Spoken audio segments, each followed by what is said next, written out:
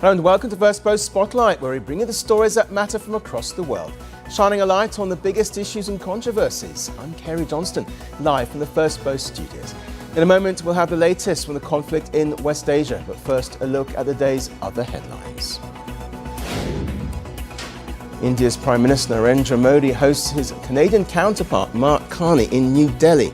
The two sides agreed to sign the comprehensive trade deal by the end of 2026. The Taliban says it has thwarted a Pakistani airstrike on Bagram airfield, which is a former US base, amid an intensifying campaign under which Islamabad has targeted multiple sites in Afghanistan. Myanmar's military grants amnesty to more than 7,000 prisoners convicted of financing or giving shelter to pro-democracy groups ahead of a handover of power to a nominal civilian government. Nepal's election campaign enters its final day, 6 months after deadly anti-corruption protests toppled the government, with rival leaders making a push in a tightly contested race. And Argentina's President Javier Milei announced his plans for tax reforms and criminal code changes after South America's third largest economy approves a disputed labor reform law. Well, we begin with top developments this hour as we continue our expanded coverage of the conflict in West Asia, the fallout from the US and Israeli attack on Iran, the Iranian response, and the fallout across the region. Well, the first update comes from the Gulf. An Indian crew member has been killed after an oil tanker was struck by an unmanned drone boat off the coast of Oman. Oman's Maritime Security Centre said the incident took place about 52 nautical miles northwest of Port Sultan. Then fresh blasts were reported in Dubai, Abu Dhabi, Doha and Manama. Debris from intercepted drones previously hit buildings in the UAE, causing minor injuries. In Qatar, Iranian drones targeted a Qatari power plant and energy facility. Well, that was confirmed by the Defense Ministry. Then in Saudi Arabia, operations at the massive Ras Tanura refinery are partially halted after an Iranian drone strike caused a fire. Authorities said the blaze was contained and supplies to local markets remain unaffected.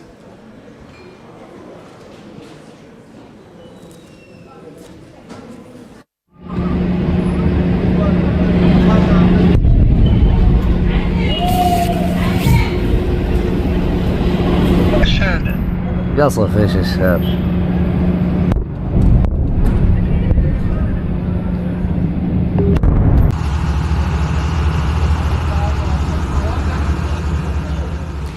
In the eastern Mediterranean, an Iranian drone crashed into RAF Akrotiri in Cyprus after Britain allowed the US to use its bases.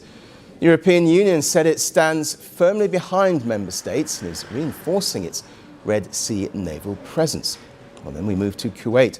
The oil-rich nation has witnessed one of the sharpest escalations so far. Iran said it fired 15 cruise missiles targeting the Ali al-Salem airbase, which hosts US troops, as well as vessels in the northern Indian Ocean. Well, several US warplanes also crashed in Kuwait, claimed officials. But authorities confirmed that all crew members survived. Sirens sounded across Kuwait city, and the US Embassy urged residents to shelter in place, warning of continued missile and drone threats. At least one person has been killed in Kuwait amid the strikes. And Iran's Revolutionary Guards also claimed missile strikes on Israel's government complex in Tel Aviv, as well as military centers in Haifa and East Jerusalem. Sirens sounded in Jerusalem, and an earlier strike killed at least 9 people in Beit Shemesh, with dozens injured. Well, thirdly, Israel and the United States continue sustained strikes on Iran. The Israeli military reported large-scale attacks on Tehran and vowed to intensify operations there. The US military said it had destroyed the headquarters of the Islamic Revolutionary Guard Corps. In Lebanon, Israel struck Hezbollah targets after the group launched rockets and drones into Israeli territory. Israel said a senior Hezbollah figure was killed in Beirut, but added there were no immediate plans for ground invasion. Iran's Red Crescent said 131 cities have been affected by US-Israeli strikes, with 555 people killed so far. And amid the turmoil, energy markets are reacting sharply. Brent crude surged to nearly $80 per barrel, up 9%. And are at a 7-month high amid fears of supply disruptions. And then there's rising travel chaos. It's deepening across West Asia and beyond as major carriers suspend operations amid airspace closures and rising security threats. Emirates halted flights to and from Dubai until Tuesday afternoon, while Etihad Airways and Qatar Airways extended their cancellations. The tens of thousands stranded in the region that acts as a global aviation hub, disruptions are expected to last for days, even after airspace reopens. Well, those are the latest developments so far, but for more on this now, we're being joined by Ali Safavi, who's an official with the Foreign Affairs Committee of the National Council of Resistance of Iran, joining us live from Paris now. Welcome to the programme. Are we now truly seeing other countries being dragged into what will be an all-out war across the region? First of all, good to be with you on your show. Well, it remains to be seen, obviously, and as expected, the Iranian regime, feeling the end is coming near, is trying to expand the scale of this conflict to other countries in the region. If you recall, in his last speech after the 3-week-long uprising in Iran, Khamenei warned that if anything happens, this will be a regional war. But obviously, I believe the Iranian regime's resources and its military capabilities are not at all commensurate with its rhetoric. So I think now, given what has happened, it should be clear to everyone around the world, all countries around the world, that as long as this regime is in power, mayhem, chaos, and conflict will continue, which is why the NCRI President-elect Mrs. Mariam Rajavi said that with the death of Khamenei, the death of the religious fascism in Iran has arrived, and it is now time to move toward establishing freedom and democracy in Iran. And she called on all governments around the world to stand with the Iranian people as they are striving to finally end this 47 years dark rule of the Iranian regime. And she also announced the formation of a provisional government based upon her 10-point plan for the future of Iran, which calls for freedom of assembly, freedom of the press, individual... Okay, well, let me just jump in there if I may. I mean, that's looking quite a way ahead, because history does show that it's easy to get into a war, but not so easy to get out. Could this be a prolonged conflict? Well, I think given that the Iranian people are determined to overthrow this regime, and given that unlike other countries around the world where there has been conflict, there is an organized, structured resistance movement within Iran itself, that I think when the time is right, you will see that those forces within Iran, Iranian forces, will certainly mobilize the country to go out and overtake government offices, confront the IRGC, and finally bring this regime down. So I do not believe that we are looking at a very protracted process.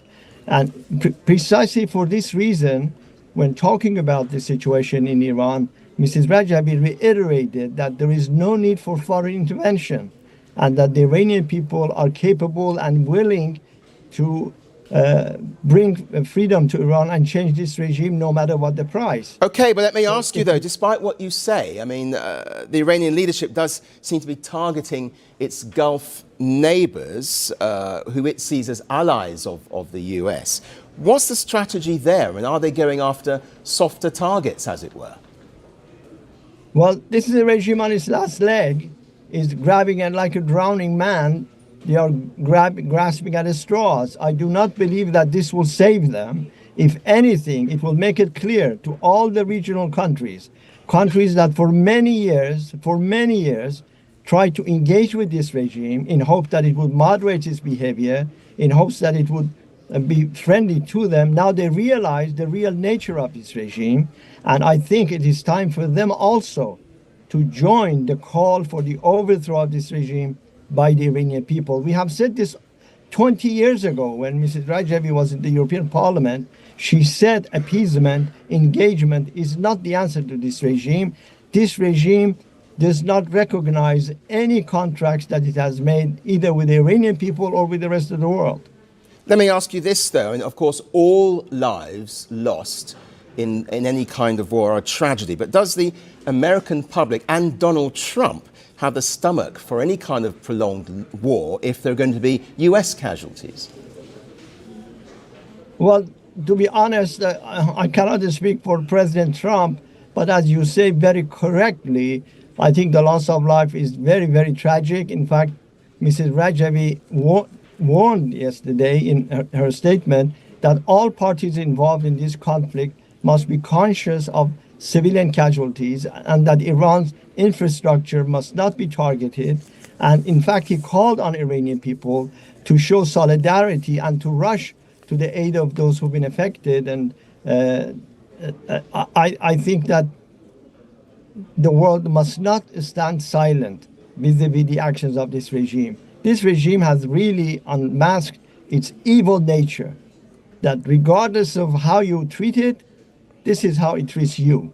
And so in this context, again, I emphasize that the world must stand with the Iranian people. I think there must be an unequivocal call now by the international community to support the Iranian people in their effort to overthrow this regime and make it clear that Iranians in Iran have the right to use any means at their disposal to attack to confront the Revolutionary Guards and to stop this madness that we see now in the region. Okay, forgive me, we'll have to leave it there. We're out of time. But Ali Safavi, thank you very much indeed for joining us.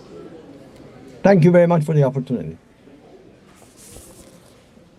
Now, in the UAE, Iran's retaliatory strikes have hit Dubai for a third day with fresh explosions heard in the city. The latest eyewitness videos from Dubai shows rockets flying in the city's skies, leaving visible trails of smoke. Well, this as the UAE authorities have already reported 3 deaths since Saturday, with several people injured, including foreign nationals. The Emirati Defense Ministry said the deceased included Pakistani, Nepalese and Bangladeshi nationals. The UAE Defense Forces claim to have destroyed 152 ballistic missiles out of the 165 detected by them. They also intercepted 2 cruise missiles and 506 of the 541 Iranian drones fired. The debris from an intercepted drone injured 2 in a Dubai residential area on Sunday. Meanwhile, fires were reported at Dubai's landmark locations, the Palm Seafront Development, the Burj Al Arab Hotel and the airport. Residents say they were terrified. I heard the first bang. I felt so scared. I actually went outside to check together with my roommates. We went outside to check, but we were also scared. And to be honest, I didn't really sleep well because of that. But let's see how it goes. Meanwhile, Abu Dhabi reported 2 deaths, one at the airport, another from falling debris. Separately, 2 Iranian drones struck a fire at a warehouse at the Al Salam naval base. However, there were no casualties reported at the base, which hosts French forces at the UAE's invitation.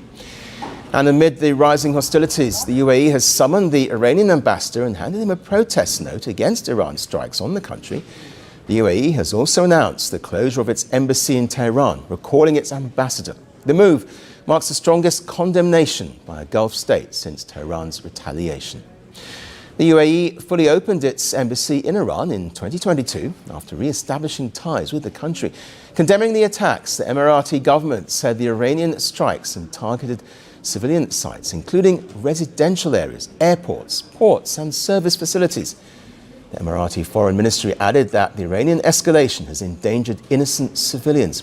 On Saturday, the Iranian attacks initially targeted American bases, including the Al Dhafra Air Base, Jebel Ali Port and Fujairah base. And later, strikes were reported in other bases in parts of the country. Well, the escalation has also paused the UAE financial market, with its two main exchanges suspended until tomorrow at least.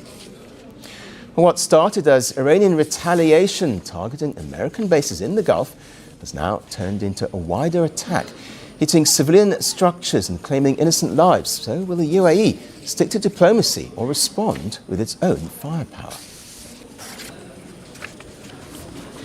Well, as war engulfs West Asia, India has stepped up diplomacy.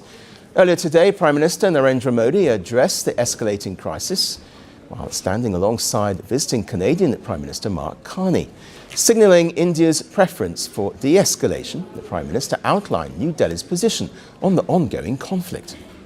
Paschim Asia की वर्तमान स्थिति हमारे लिए गहरी चिंता का विषय है। भारत डायलॉग और डिप्लोमेसी के माध्यम से सभी विवादों का समाधान का समर्थन करता है। इस क्षेत्र में मौजूद सभी भारतीय नागरिकों की सुरक्षा के लिए हम सभी देशों के साथ मिलकर काम करते रहेंगे। Even before his statement, Prime Minister Modi had spoken directly with Israeli Prime Minister Benjamin Netanyahu and the President of the United Arab Emirates, Sheikh Mohammed bin Zayed. In his call with Netanyahu, Prime Minister Modi conveyed India's concern over the rapidly worsening situation. While acknowledging Israel's security challenges, New Delhi drew a clear line. Civilian safety must remain paramount. India reiterated its call for an early cessation of hostilities. Well, this comes as Iran's retaliatory missile and drone campaign now stretches across West Asia, including the UAE's Dubai and Abu Dhabi. And that's where Prime Minister Modi's second call becomes crucial. In his conversation with the UAE President, Prime Minister Modi strongly condemned the attacks on the Emirates and expressed condolences for lives lost. The outreach wasn't just symbolic. Nearly 3.5 million Indians live and work in the UAE, among India's largest expatriate communities anywhere in the world. The UAE contributes about 20% of India's foreign remittances, 11% of India's oil imports, and absorbs $39 billion of Indian exports. The Indian embassy has confirmed that one Indian national was injured in those attacks, while the officials say they are in touch with hospital authorities, providing all possible assistance. Meanwhile, thousands of passengers, including Indians, remain stranded at Dubai International Airport as flight operations remain suspended in the region. Among those stranded is India's champion badminton player PV Sindhu, who said authorities in the UAE have been very supportive throughout this crisis. And before PM Modi's West Asia outreach, he chaired a late-night meeting of the Cabinet Committee on Security. It's India's highest decision-making body on national security and strategic affairs. For India, this war is not distant. It threatens the safety of millions of Indian citizens in the Gulf.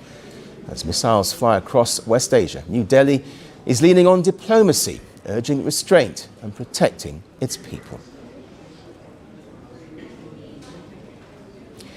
India's aviation network has faced fresh turbulence as the escalating conflict in West Asia triggered widespread flight cancellation across major airports. The crisis has disrupted international travel and left thousands of passengers stranded. It follows coordinated strikes by the United States and Israel on Iran, prompting airspace closures across several Gulf countries and forcing global carriers to suspend or reroute operations. In the latest update, India's Ministry of External Affairs shared 24/7 emergency helpline numbers for India's stranded in the region amid rising war tensions. Emergency contacts were released for Ramallah, Qatar, Saudi Arabia, Israel, Iran, the UAE, Kuwait, Bahrain, Muscat, Jordan and Baghdad. Well, these helpline numbers can be accessed for medical emergencies, security assistance, evacuation support and crisis-related queries. Well, at least 87 international flights were cancelled at Delhi Airport as of 5 p.m. IST on Monday, as the West Asia conflict disrupted operations for a third straight day. At Indira Gandhi International Airport, at least 350 flights were cancelled on Sunday, including departures and arrivals. And on February 28th, at least 410 flights operated by Indian carriers were cancelled. Delhi से Saudi जाना था, हमारा flight जो cancel हो गया। 14 घंटा आज हम वेटिंग कर रहे हैं, पता नहीं कभी जाना है, कभी कुछ बता नहीं रहे हैं।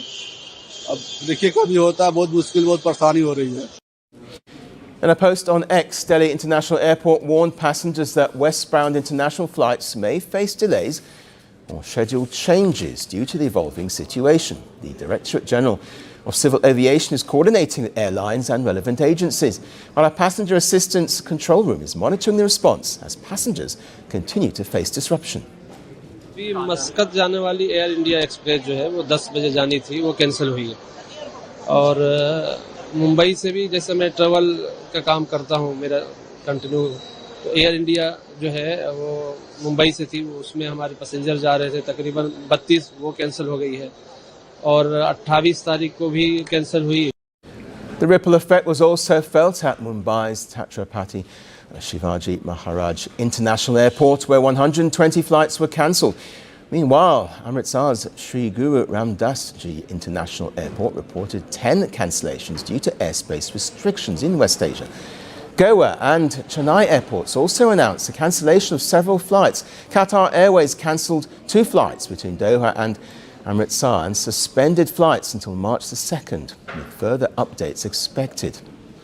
Air India Express cancelled 4 flights connecting Dubai, Sharjah and Amritsar. SpiceJet cancelled 2 Dubai-Amritsar flights. Indigo cancelled 2 Sharjah-Amritsar services. And Etihad Airways suspended all flights to and from Abu Dhabi until March the 2nd. All Qatar Air flights to and from Abu Dhabi, Doha, Jeddah, Kuwait and Riyadh have also been suspended until at least March the 3rd.